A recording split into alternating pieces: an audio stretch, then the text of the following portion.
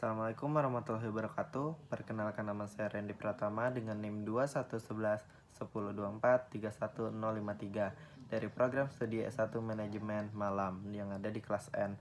Di sini saya ingin menjelaskan pemahaman materi pengantar bisnis yang saya dapatkan dari modul ke-1, kedua, dan ketiga.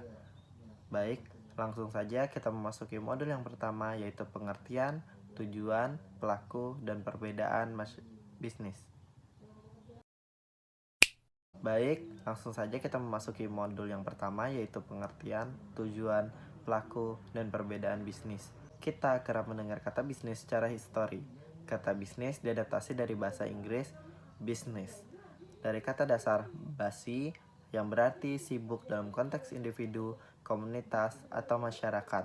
Dalam konteks sederhana, bisnis ialah kesibukan dalam melakukan suatu aktivitas atau pekerjaan yang memberikan keuntungan pada seseorang. Atau bisnis ialah segala kegiatan yang berkaitan dengan penyediaan barang atau jasa yang dibutuhkan atau diinginkan konsumen. Jadi bisnis bisa dibilang usaha menjual barang atau jasa yang dilakukan oleh perorangan, sekelompok orang, atau organisasi kepada konsumen dengan tujuan memperoleh keuntungan profit. Konsep dalam bisnis, pada umumnya dalam konsep bisnis ada beberapa komponen utama, yaitu yang pertama, strategi inti atau core strategi, yaitu visi dan misi dari sebuah bisnis yang meliputi hal-hal ideal yang diharapkan dari bisnis tersebut. Yang kedua, sumber daya strategic research, yaitu semua yang berhubungan dengan kompetensi utama, proses inti, dan aset strategis. Yang ketiga, ada perantara pelanggan atau customer interface, yaitu semua yang berhubungan dengan informasi, dukungan dan pemenuhan, dinamika hubungan, dan struktur harga. Yang keempat, jaringan nilai atau value network. Nah, yaitu semua jaringan nilai yang dapat memperkuat dan melengkapi sumber daya perusahaan. Tujuan bisnis itu sendiri pasti sudah tentu memiliki tujuan yang jelas, yakni yang pertama, kebutuhan yang beraneka ragam, gunanya untuk mendapatkan uang yang akan dibelanjakan untuk memenuhi kebutuhan yang dimiliki. Yang kedua, kebutuhan dan keinginan untuk memenuhi kebutuhan hidupnya, namun setelah kebutuhan hidupnya terpenuhi, lahirlah sebuah keinginan yang harus dipenuhi. Yang ketiga, ada keuntungan, laba, profit. Keuntunganlah yang mendorong seorang pembisnis untuk terus berinovasi dan berkreativitas supaya bisnisnya berkembang. Pelaku pembisnis ada 5, yaitu pemilik owner, kreditur, karyawan, penyedia material atau supplier, dan yang terakhir ada pelanggan. Fungsi bisnis. Adapun beberapa fungsi bisnis adalah sebagai berikut. Form utility, yaitu fungsi produksi di mana sebuah bisnis menghasilkan suatu barang atau jasa yang dibutuhkan masyarakat. Misalnya, perusahaan furnitur, perusahaan jasa keuangan. Yang kedua ada place utility, yaitu fungsi distribusi di mana sebuah bisnis menyalurkan suatu barang atau jasa ke lokasi terdekat yang bisa dijangkau konsumen. Yang ketiga ada possessive utility. Nah, possessive utility ini berfungsi penjualan dalam bisnis, di mana sebuah perusahaan menjual suatu produk ke konsumen yang membutuhkan, baik itu barang maupun jasa. Dan yang terakhir ada time utility, yaitu berfungsi menyimpan dan pemasaran dalam bisnis, di mana barang dan saat itu kurang bermanfaat untuk nanti dikeluarkan pada saat barang tersebut lebih bermanfaat. Bab 2, tanggung jawab sosial.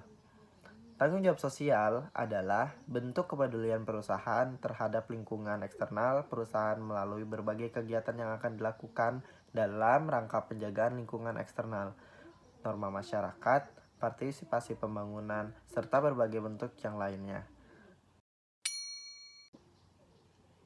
Kegiatan social responsibility yang pertama bertanggung jawab terhadap konsumen, yang kedua tanggung jawab terhadap karyawan, yang ketiga tanggung jawab terhadap investor, yang keempat bertanggung jawab terhadap kreditur, dan yang terakhir bertanggung jawab terhadap masyarakat dan lingkungan. Implementasi CSR pada umumnya dipengaruhi oleh beberapa faktor. Di antaranya yang pertama, terkait dengan komitmen pemimpin perusahaan yang dituangkan berupa kebijakan perusahaan terkait CSR. Yang kedua, menyangkut ukuran dan kematangan perusahaan. Perusahaan yang besar dan mapan lebih mempunyai potensi memberi kontribusi ketimbang perusahaan kecil dan belum mapan. Yang ketiga, ada regulasi dan sistem perpajakan yang diatur oleh pemerintah.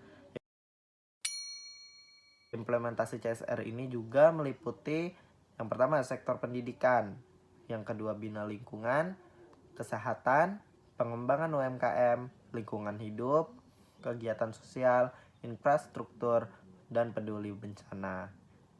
Bab 3, bentuk hukum, lingkungan, kebaikan, dan keburukan perusahaan.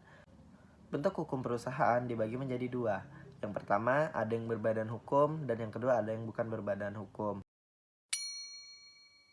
Yang pertama, badan usaha yang berbadan hukum ini adalah badan usaha yang memisahkan antara harta kekayaan pribadi pemilik atau pendirinya dan harta kekayaan badan usaha.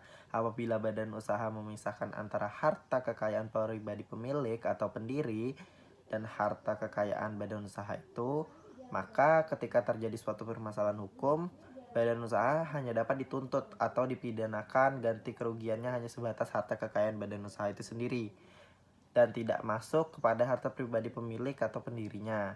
Terdapat kekurangan badan usaha yang berbadan hukum, yaitu ketika pengusaha memiliki modal yang tidak banyak, maka sangat sulit untuk mendirikan badan usaha, khususnya yang berbadan hukum, sebab di dalam beberapa undang-undang mengatur secara limitatif jumlah modal atau dana yang harus dipersiapkan untuk mendirikan badan usaha.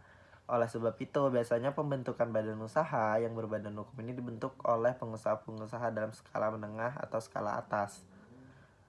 Nah, badan usaha ini subjek hukumnya adalah badan usaha itu sendiri, karena ia telah menjadi badan hukum yang sudah termasuk subjek hukum. Dan harta kekayaan perusahaan terpisah dari harta kekayaan pribadi para pengurus atau anggotanya. Akibatnya jika perusahaan pilot yang terkena sita hanyalah perusahaannya saja, sedangkan harta pengurus tetap bebas dari sitaan. Badan usaha yang termasuk badan hukum itu ada perseorangan terbatas atau PT, perusahaan negara atau PN, perusahaan daerah atau PD, koperasi, dan lain-lain. Nah, yang kedua ada badan usaha yang tidak berbadan hukum. Badan usaha yang tidak berbadan hukum ini adalah badan usaha yang tidak memiliki pemisah yang tegas antara harta kekayaan pribadi pemilik atau pendirinya dengan harta kekayaan badan usaha.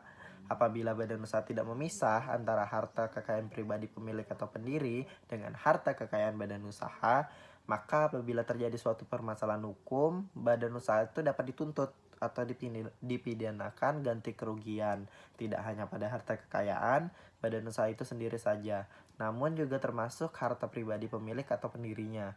Kelebihan dari badan usaha yang tidak berbadan hukum ini tidak terdapatnya pengaturan jumlah modal yang harus dipersiapkan dalam menjalankan kegiatan usaha. Selain itu, biaya jasa pembentukan akta pendirian dari badan usaha tidak berbadan hukum lebih kecil daripada badan usaha yang berbadan hukum.